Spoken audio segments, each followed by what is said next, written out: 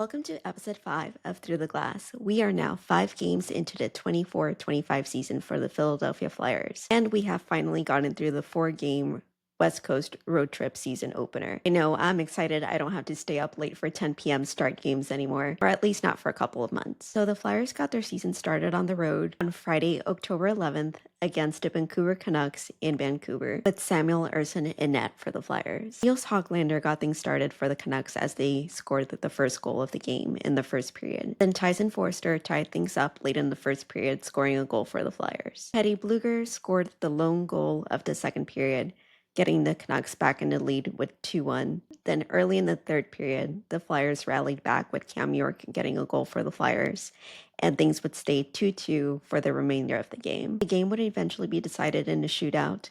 Travis Konecny had a goal in the shootout for the Flyers, and then Morgan Frost scored such a beauty of a goal to win the game for the Flyers in shootout. He skated up a slow start to the net and just basically held out longer, and then basically was just a test of patience between the netminder and Morgan Frost, and he just held on for the longest and eventually got such a beautiful shot. So the Flyers got their season started with a 3-2 win in Vancouver on the road, and things were looking exciting. Our spirits were high for Flyers fans getting that first win on the road to start the season off. And of course, less than 24 hours later, we have a game in Calgary against the Flames. With such a quick turnaround between the next game, the Flyers decided to put Ivan Fedotov to start the net for the game against the Calgary Flames. And once again, the opposing team goes on to score first with a goal from Jonathan Huberdeau, and just about 2 minutes later, followed by a goal from Mackenzie Weegar to put the Calgary Flames up 2-0.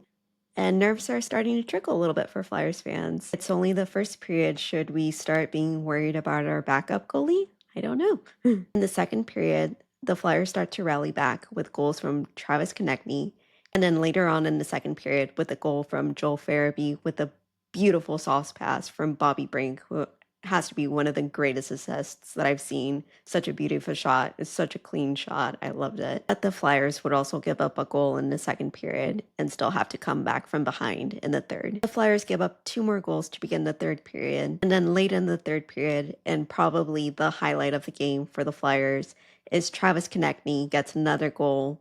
But more importantly, Matvei Michkov gets the apple, gets his first point in the NHL. Exciting moment for all Flyers fans, but a little too late. And then the Calgary Flames score again. We lose 6-3, and then Flyers fans are now quite worried about our backup situation. Game 3 of the season, we are still on the road, this time in Edmonton. I will make the notes on this one short.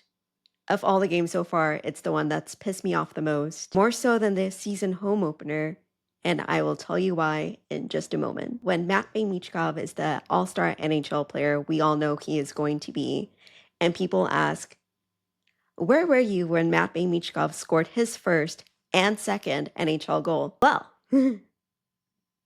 I was at home screaming at my laptop at the streaming service that I don't pay for, thanks LeBron James, because of all the nights for it not to work. It decides to pick the night that Matvei Michkov not only scores his first NHL goal, but 5 minutes later scores his second NHL goal. I see the update on my phone, goal by Matvei Michkov, and I'm like, come on, streaming service, you're supposed to be the best one.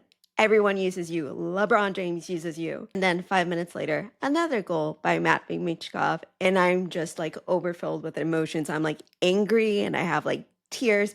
I don't know if I should be angry because I'm missing this, but I'm also sad because I'm missing probably one of the most important moments in Flyers history, at least in my lifetime. So once again, thank you, streaming service that I don't pay for. I'm just a broke girl trying to watch some hockey games, and you made me miss one of the most important moments in Flyers history. A very polite F you. Anyway, needless to say, the Flyers went on to lose that game in overtime. I missed the entire game because of previously stated reasons. Moving on to game 4. We are now in Seattle facing off the Kraken, and Ivan Fedotov starts off on net for the Philadelphia Flyers. Should we be worried?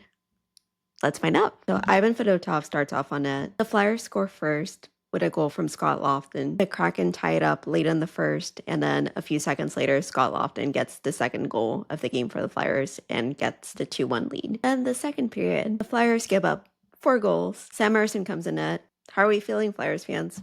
Are we worried now? I am. Let's move on to the third period, shall we? The Flyers do rally back in the third period, with goals from Cam York and then later from Jamie Drysdale, but not before giving up one more goal to the Kraken and going on to lose 6-4 to wrap up the 4 games on the West Coast road opener. My gosh, can we finally take this season home and get a 7 p.m. Eastern Time puck drop? Please and thank you. Game 5, we are finally at home at the Wells Fargo Center with a 7 p.m. Eastern Time Zone puck drop. Thank God. We are facing off against the Vancouver Canucks once again, but this time at home. The opening night for the Flyers is presented by Coke Zero, quite coincidentally, which you'll find out later why. After exciting home season opener ceremonies from the Wells Fargo Center for the 24-25 Philadelphia Flyers home opening season, including touching tributes to Johnny and Matthew Gaudreau, and a Let's Get Ready to Rumble introduction from none other than Philadelphia boxing legend announcer Michael Buffer. We finally have a Flyers home game. Flyers fans are stoked. And then we have to wait a whole 16 minutes in the first period for the first goal of the game. Not by the Philadelphia Flyers, of course, by the Vancouver Canucks. Then rolling on to the second period, just a little before the halfway mark, the Vancouver Canucks score once again and make it 2-0. But don't hold your breath for a comeback just yet. Just a minute later, the Vancouver Canucks score once again, right off the face-off, and make it 3-0. Rolling on to the third period, things are starting to get pretty antsy at the Wells Fargo Center. It's the home season opener, first game of the season, with a puck drop that works for Philadelphia Flyers fans. Here we are, we've waited all summer, and we still haven't gotten a goal. Where are the goals? As the third period would roll along, there was some momentum and we started getting some scoring opportunities, but for some reason, as seems to be with the Flyers, no one can find the net. No one can find a net. You know what else John Tortorella needs to do besides back skates to make those guys skate faster? How about an eye test?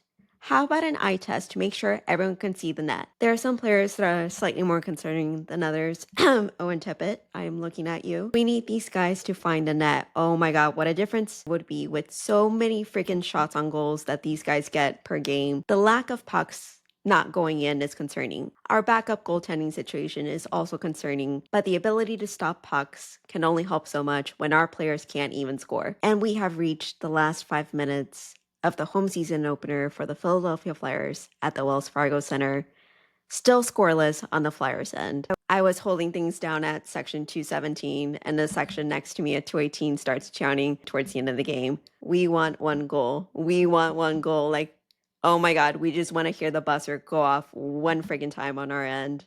Did we go on to score a goal for the season home opener? No, of course we didn't. 0 goals on the season home opener on the night sponsored by Coke Zero. Thank you.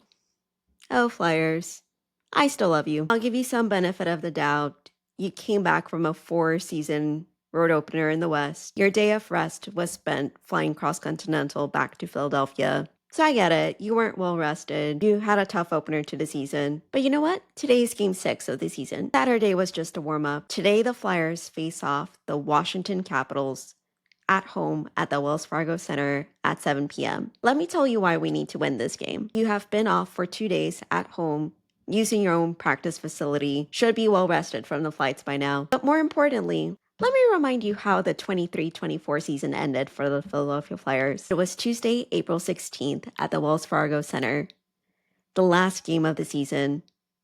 The Flyers still had a chance at the playoffs, but needed a combination of 2 or 3 different things to happen in order for them to make the playoffs.